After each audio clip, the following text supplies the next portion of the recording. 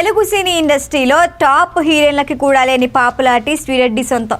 అలాగని ఆమె హీరోయినా అంటే కాదు, ఏవో 2-3 లో బడ్జెట్ మూవీస్లో హీరోయిన్ లాంటి క్యారెక్టర్లు చేసింది.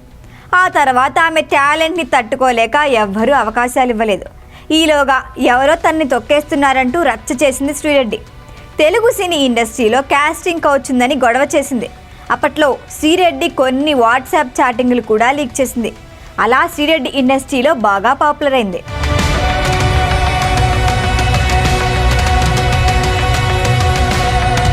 శ్రీరెడ్డి ఎపిసోడ్లో మూవీ ఆర్టిస్ట్ అసోసియేషన్ ముందు చేసిన అర్ధనగ్న ప్రదర్శన అన్నిటికంటే ఎక్కువ కాంట్రవర్సీగా మారింది. కాస్టింగ్ కోచ్కి వ్యతిరేకంగా 2018లో ఆమె మా ఆఫీస్ ముందు అర్ధనగ్న ప్రదర్శనం చేపట్టింది. బట్టలతోనే మా ఆఫీస్ ముందు నిరసన చేపట్టి సడన్గా తన వంటిపై బట్టల్ని ఒక్కొక్కటి విప్పేసింది. దీంతో అక్కడ ఉన్న వారంతా షాక్ అయ్యారు. ఆమెను వెంటనే పోలీసులు అక్కడి నుంచి తరలించారు. అయితే ఈ ఎపిసోడ్లో శ్రీరెడ్డికి జాతీయ మానవ హక్కుల కమిషన్ నుంచి మద్దతు లభించడం విశేషం. మూవీ ఆర్టిస్ట్ అసోసియేషన్ శ్రీరెడ్డిపై నిషేధం విధించడాన్ని జాతీయ మానవ హక్కుల కమిషన్ తప్పుపట్టింది. ఆ తర్వాత శ్రీరెడ్డి వ్యవహారం తెలియటంతో అధికారులు కూడా సైలెంట్ కావాల్సిన పరిస్థితి ఏర్పడింది. విచిత్రమైన విషయం ఏంటంటే శ్రీరెడ్డి గురించి ఏ ఒక్కప్పుడు ఇప్పుడు మంచిగా చెప్పలేదు. కనీసం ఆమెకి ఇండస్ట్రీలో ఒక్కరి నుంచి కూడా సపోర్ట్ లేదు. వివాదాలకి దూరంగా ఉండే మెగా ఫ్యామిలీపై కూడా ఆమె ఆరోపణలు చేయటంతో ఇండస్ట్రీ మొత్తం ఆమెను బాయ్కాట్ చేసింది.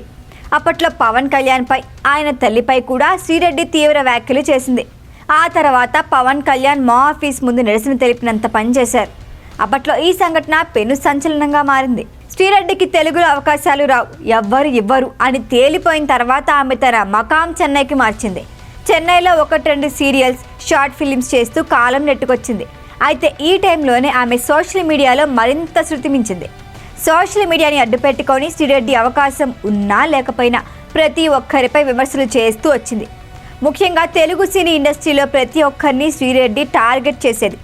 ఆమె వ్యాఖ్యలు కూడా జుగుప్సాకరంగా ఉండేవి. అయితే టీవీ ఛానళ్లకు, యూట్యూబర్లకు ఇది మంచి మసాలా సబ్జెక్ట్ కాబట్టి వారు ఆమెను బాగా ఎంకరేజ్ చేసేవారు. శ్రీరెడ్డి వీడియోస్ని, ఆమె ట్విట్టర్లో పెట్టే కామెంట్ని హైలైట్ చేస్తూ స్టోరీస్ ఇస్తూ రేటింగ్ పెంచుకునేవారు.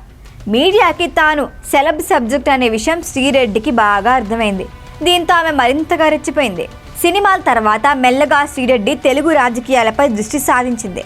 పేర్లో ఉన్న రెడ్డి అనే ట్యాగ్ని ఉపయోగించుకుంటూ ఆమె వైసీపీకి దగ్గరయ్యే ప్రయత్నాలు చేసింది. గతంలో సాక్షి టీవీలో పనిచేశానని చెప్పుకునే శ్రీరెడ్డి ఆ అనుబంధాన్ని కూడా తన రాజకీయ బంధానికి వాడుకుంది. అయితే శ్రీరెడ్డిని ఎప్పుడూ వైసీపీ తమ పార్టీ సభ్యురాలు అని చెప్పుకోలేదు. అదే సమయంలో శ్రీరెడ్డికి వైసీపీకి అనుకూలంగా చేసే వ్యాఖ్యల్ని కానీ, వైసీపీ పేరు చెప్పి ప్రత్యర్థులపై ఆమె తిట్ల దండకాన్ని మాత్రం వైసీపీ నేతలు ఆపాలి అనుకోలేదు. శ్రీరెడ్డి విమర్శలను వైసీపీ పరోక్షంగా ఎంకరేజ్ చేసింది. వైసీపీ చేసిన తప్పుకి ఇప్పుడు మూల్యం చెల్లించుకోవాల్సి వస్తోంది. అధికారంలో ఉన్నప్పుడు వైసీపీ నేతలు, వైసీపీ సపోర్టర్స్లో కొంతమంది కన్ను మిన్ను కానకుండా ప్రవర్తించారు. అందులో శ్రీరెడ్డిది ఫస్ట్ ప్లేస్. పార్టీతో సంబంధం లేకపోయినా పార్టీ పేరు చెప్పుకొని చంద్రబాబు, పవన్ కళ్యాణ్, లోకేష్ వారి కుటుంబ సభ్యుల్ని కూడా ఆమె శ్రీరెడ్డి బూతులు తిట్టేది. ఆ తిట్లతో అప్పట్లో జగన్ అండ్ బ్యాచ్ సంతోషపడేవారు. అధికారం పోయాక వారి సంతోషం ఆవిరైంది. ఒక్కసారిగా కాకుండా మెల్లిమెల్లిగా కూటమి ప్రభుత్వం వైసీపీ సైకో బ్యాచ్కి స్క్రూలు బిగిస్తోంది. వర్రా రవీందర్ రెడ్డి, బోరిగడ్డ అనిల్, ఇంకా ఈ లిస్టులో చాలామంది ఉన్నారు. ఆ సైకో బ్యాచ్లో టాప్ ప్లేస్ శ్రీరెడ్డిదే. అయితే శ్రీరెడ్డి ఇంకా అరెస్ట్ కాలేదు. అరెస్ట్కి రంగం సిద్ధమైంది అనే విషయం మాత్రం స్పష్టంగా తెలుస్తోంది. కూటమి ప్రభుత్వం విజయం తర్వాత వైసీపీ నేతలు కొందరు తప్పు తెలుసుకున్నారు, సైలెంట్ అయిపోయారు. శ్రీరెడ్డి కూడా తప్పు తెలుసుకున్నట్లే ఉంది. అయితే ఆమె వెటకారం మాత్రం ఇంకా తగ్గలేదు. ఇటీవల శ్రీరెడ్డి సోషల్ మీడియాలో ఓ వీడియో విడుదల చేసింది. చంద్రబాబు, లోకేష్, పవన్ కళ్యాణ్కి క్షమాపణలు చెప్తున్నట్లుగా మాట్లాడినా తనని ఇబ్బంది పెడుతున్నారు కాబట్టే సారీ చెబుతున్నాను అన్నది. తన తప్పు ఒప్పుకోలేదు, కానీ పరోక్షంగా కూటమి ప్రభుత్వాన్ని కార్నర్ చేయాలి అనుకుంది శ్రీరెడ్డి. లోకేష్ గారు, మీకు సారీ. అలాగే మీ అమ్మగారికి, మీ భార్య గారికి సారీ. అలాగే అనిత గారు సారీ. అలాగే పవన్ కళ్యాణ్ గారు సారీ. మీ కుటుంబ సభ్యులకు కూడా సారీ. ఇక నుంచి నా సోషల్ మీడియాలో మీ కుటుంబ సభ్యుల గురించి కానీ ఆ విధంగా ఏ విధమైన తప్పుడుగా రాదు అని చెప్పేసి నేను మీకు హామీ ఇస్తున్నాను. ఈ యుద్ధాన్ని కార్యకర్తలకి మీకు కాకుండా లీడర్స్కి మధ్యలో జరగాలని నేను ఒక సలహా ఇస్తూ కార్యకర్తల్ని ప్లీజ్ దయచేసి వదిలిపెట్టండి. నేను విజ్ఞప్తి చేస్తూ విన్నవించుకుంటూ బెండ్ అయ్యి అడుగుతున్నాను, మా కార్యకర్తల్ని వదిలిపెట్టండి అని చెప్పి, ఇంక్లూడింగ్ మీ, నన్ను కూడా క్షమించండి. ఆ తర్వాత ఏమైందో ఏమో కానీ ఇప్పుడు మళ్ళీ ఓ లెటర్ విడుదల చేసింది. ఈ లెటర్తో మరోసారి సంచలనం సృష్టించింది శ్రీరెడ్డి. చంద్రబాబు, పవన్ కళ్యాణ్, లోకేష్లకి లేఖ రాసింది. టీడీపీ, జనసేన నేతలపై తాను అనవసరంగా నోరు పారేసుకున్నానని, దుర్భాషలాడాను అని, కుటుంబ సభ్యుల్ని కూడా అకారణంగా నిందించాను అని చెప్పుకొచ్చింది.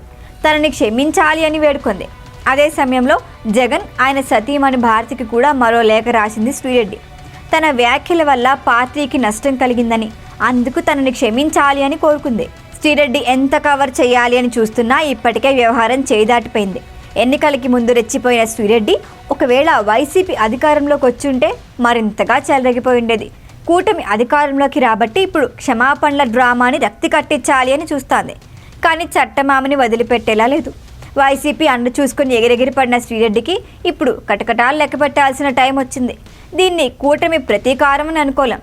శ్రీరెడ్డి చేసిన తప్పుకి ఇది సరైన శిక్షగానే భావించాలి.